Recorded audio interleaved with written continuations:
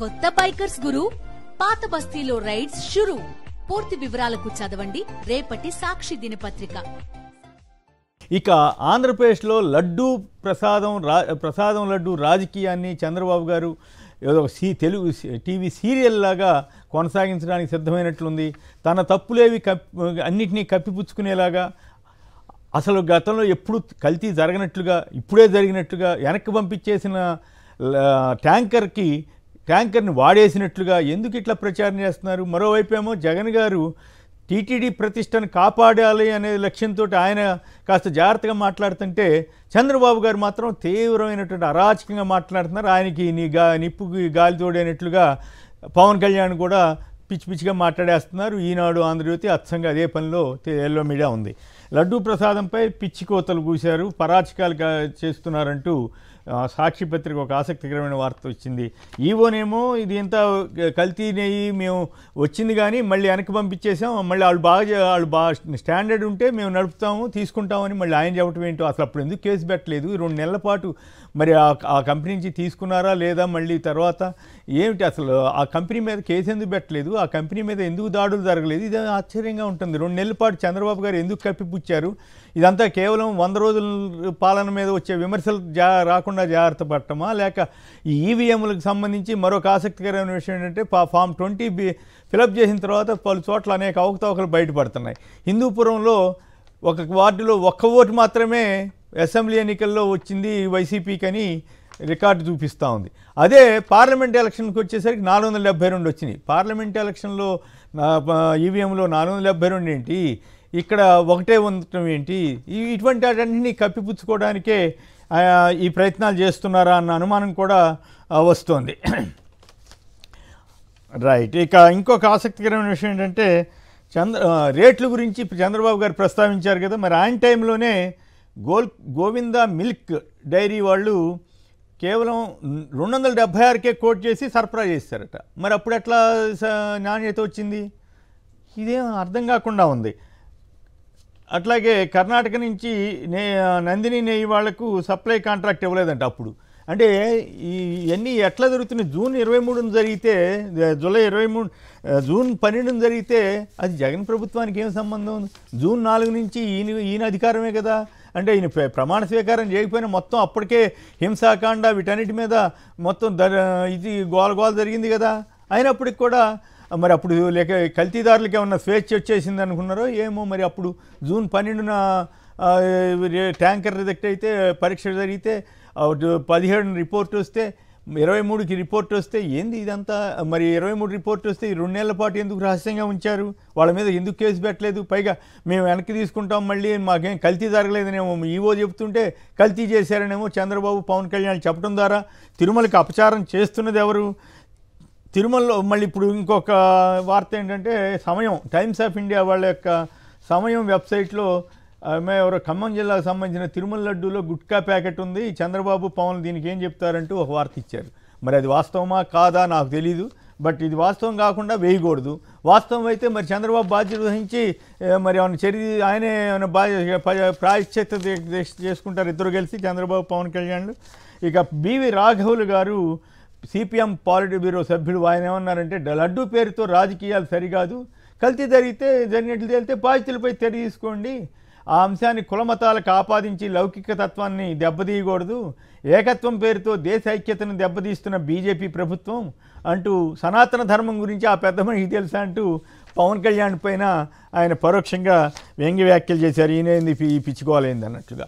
వైఎస్ఆర్సీపీ కేంద్ర కార్యాలయంపై BJP why ముసుగులో ఉన్న కొందరు దాడి చేశారు. మరి బీజేపీ వాళ్ళే చేశారా? అమిత్ షా దాడి చేసినప్పుడు కానీ, ప్రైమ్ మినిస్టర్ని టెర్రరిస్ట్ అన్నప్పుడు కానీ ఎక్కడ చంద్రబాబు గారికి నిరసన కూడా చెప్పని భారతీయ జనతా పార్టీ లేని ఇన్సిడెంట్ మీద, ఆ పాయింట్ మీద బీజేపీ వాళ్ళు దాడి చేశారట. అదొక పెద్ద విశేషం. అది మరి బీజేపీ వాళ్ళే చేశారు, ఆ ముసుగులో తెలుగుదేశం వాళ్ళే చేశారు. మరి ఇప్పుడు ఆయన వైసీపీ కార్యాలయం మీద దాడి చేస్తేనేమో అది తప్పు కాదు. టీడీపీ కార్యాలయంలో వాళ్ళు బండబూతులు తిట్టి సీఎంని తిడితే, అప్పుడు సీఎం గారిని, జగన్ గారిని తిడితే వీళ్ళు వెళ్ళి నిరసన చేయడానికి వెళ్ళినప్పుడు ఎవరైనా కొందరు తొందరపడ్డారేమో, అది వేరే విషయం. దాన్ని పెద్ద ఇష్యూగా మార్చి 3 ఏళ్ల తర్వాత దాని మీద పెద్ద కేసు పెట్టి పెద్ద పెద్ద వాళ్ళందరిని అరెస్ట్ చేయాలని ప్రయత్నిస్తున్నారు. మరి 320 ఆవు నెయ్యి ఎలా వచ్చిందన్న ప్రశ్నకి చంద్రబాబు గారు లేవనెత్తున్నాడు కదా. గతంలో చంద్రబాబు గారి ప్రభుత్వ హయాంలో 2015లో అనుకుంటా 276కే ఇచ్చారట. మరి ఇది ఒక విచిత్రం. వీటన్నిటి మీద ప్రధానమంత్రి జోక్యం చేసుకుని సిబిఐ ఎంక్వైరీ వేయండి, సెంట్రల్ గవర్నమెంట్ ఎంక్వైరీ వేయండి అని చంద్రబాబుది స్వార్థ రాజకీయం రాద్ధాంతం చేస్తున్నారు. కల్తీ నెయ్యిని వాడనప్పుడు అది అపచారం ఎక్కడ జరుగుతుంది అంటూ ఆయన సిబిఐ లేదా సుప్రీంకోర్టు జడ్జితోటి విచారణ జరిపించాలని కరుణాకర్ రెడ్డి గారు తదితరులందరూ కూడా డిమాండ్ చేశారు. ఇదంతా కూడా ఈ రాజకీయం ద్వారా వాడుకోవటం కోసం అంటే ఇంకొక ఆసక్తికరమైన విషయం అంటే చంద్రబాబు గారు వెంకటేశ్వర స్వామి తనతో నిజాలు చెప్పించారని అంటున్నాడు. ఇది మొత్తం మీద చాలా ఆసక్తికరమైన విషయం. ప్రజలే చెప్పాలి ఆయనని. అఫ్కోర్స్ రాజశేఖర రెడ్డి గారు ఆ రోజుల్లోనే కళ్ళార్పకుండా అబద్ధాలు ఆడగల శక్తి సామర్థ్యాలు చంద్రబాబుకే ఉన్నాయని అసెంబ్లీలో అనడం, మాబోటి వాళ్ళంతా వినడం, అఫ్కోర్స్ బహిరంగ సభల్లో కూడా చెప్పేవారు అనుకోండి. ఆయన ఇప్పుడు ఏకంగా వెంకటేశ్వర స్వామిని కూడా అడ్డం పెట్టుకుని ఆయనతో నిజాలు చెప్పించారంటున్నారు. నిజంగా వెంకటేశ్వర స్వామి మీద నమ్మకం ఉంటే ఇంత అపచారం, ఇంత గందరగోళం, ఈ రకంగా అప్రదిష్ట తెచ్చి దేశవ్యాప్తంగా ప్రపంచవ్యాప్తంగా ఉన్న హిందూ అభిమానులు లేదా హిందూ మతం పాటించే వాళ్ళకి అనుమానం కలిగేలాగా ఒక ముఖ్యమంత్రే చేస్తారా? దీనికి ఎవరు సమాధానం చెప్పాలి? అధికారం ఉంది కాబట్టి ఇప్పుడు ఆయన ఎవరు ఏమనలేని పరిస్థితి కదా. ఇప్పుడు కొన్ని వీడియోలు కూడా చూద్దాం. అలాగే ఇంకొక ఇంట్రెస్టింగ్ విషయం ఏంటంటే కొందరు ఇప్పుడు సర్క్యులేట్ చేస్తున్నారు ఆసక్తికరంగా కేటీఆర్ గారి వ్యాఖ్యలు. కేరళలో హెరిటేజ్ని బ్యాన్ చేశారు. బ్యాన్ చేస్తే అప్పుడు అది వెళ్ళి మళ్ళీ మేనేజ్ చేసుకున్నారు, అది జరిగింది. మరి అంటే కల్తీ హెరిటేజ్ పాలో లేకపోతే ఇంకోటి అమ్మినట్టేనా? మరి అమ్మినట్టు ఒప్పుకుంటారా? మరి దాని మీద కూడా ఎందుకు చర్య తీసుకోలేదు ఆ రోజుల్లో? మరి అక్కడ కల్తీ పాలు చేసినప్పుడు ఇక్కడ చేసి ఉండరా అనేటువంటి ప్రశ్న వస్తే ఏం సమాధానం చెబుతారు? వీటన్ని సంబంధించి అంటే ఎదుటాళ్ళ మీద బురదేయటానికి మాత్రం ఆయన ముందస్తుగా ఉంటారు. తన వైపు ఏం జరిగినా సరే కప్పు చేస్తుంటారు. ఇది ఆయన మనస్తత్వం. సరే, ఆయన నిజాలు చెప్తున్నారా లేదా? పవన్ కళ్యాణ్ గారు తన జీవితంలో చేసిన తప్పులకి లేదా తననే స్ఫూర్తిగా తీసుకున్న వాళ్ళ తప్పులకి ప్రాయశ్చిత్త చేసినట్లేరు. కానీ అలాగే రాష్ట్రంలో జరుగుతున్న అత్యాచారాలు, హింసాకాండ వీటన్నిటి మీద ఎక్కడ అసలు ప్రాయశ్చిత్తం చెందుతున్నట్లేరు. కానీ ఇప్పుడు ఆ కొన్ని వీడియోలు చూసిన తర్వాత చర్చలోకి వెళ్దాం. మొన్న జరిగినటువంటి నాసి రకం అడల్ట్రేటెడ్ నెయ్యి ఈ టెండర్స్ పిలిచారు. 10 లక్షల కౌ గీ కోసం పిలిచారు. 10 లక్షల కేజీలు. అతను 12 జూన్ 2024 నుంచి సప్లై చేయడం మొదలుపెట్టాడు. అతను 12 జూన్ 2024 నుంచి సప్లై చేయడం మొదలుపెట్టాడు. అతను 12 జూన్ 2024 నుంచి సప్లై చేయడం మొదలుపెట్టాడు. ఇక్కడ ఒక విషయం మీకు చెప్పాలి. నేను ముఖ్యమంత్రి అవుతానే ఎవరంటే నాసి రకం సప్లయర్స్ కి, అనుభవం లేని వాళ్ళకి, అసలు డైరీ లేని వాళ్ళకి, ప్రాసెస్ లేని వాళ్ళకి అందరినీ ఓపెన్ చేశారు. హెరిటేజ్ అనే ఒక సంస్థను మరి కేరళ ప్రభుత్వం నిషేధించిన మాట వాస్తవం అని అడిగారు అధ్యక్ష. ఈరోజు కేరళ ప్రభుత్వం విడుదల చేసిన ఉత్తర్వు ఇది అధ్యక్ష. ఇది కేరళ ప్రభుత్వం హెరిటేజ్ అనే సంస్థను కల్తీ పాలు అమ్ముతుందనే ఒక ఆరోపణ మీద మరి వారు కేరళ రాష్ట్రంలో ఆ సంస్థ పాలు అమ్మడానికి వీల్లేదని నిషేధించిన ఉత్తర్వులు అధ్యక్ష. దాని మీద కూడా ప్రస్తావిస్తే కేరళ ప్రభుత్వం తీసుకున్న ఒక నిర్ణయానికి సంబంధించి గౌరవ సభ్యులు వివరణ కోరితే దాని మీద ఇంత ఉలికిపాటు ఎందుకు మాకైతే అర్థం కావడం లేదు అధ్యక్ష. రైట్, అవి సంబంధించినటువంటి కొన్ని వీడియోలు ఎందుకు ఇంత ఘోరంగా చేస్తున్నారో అర్థం కాని పరిస్థితి.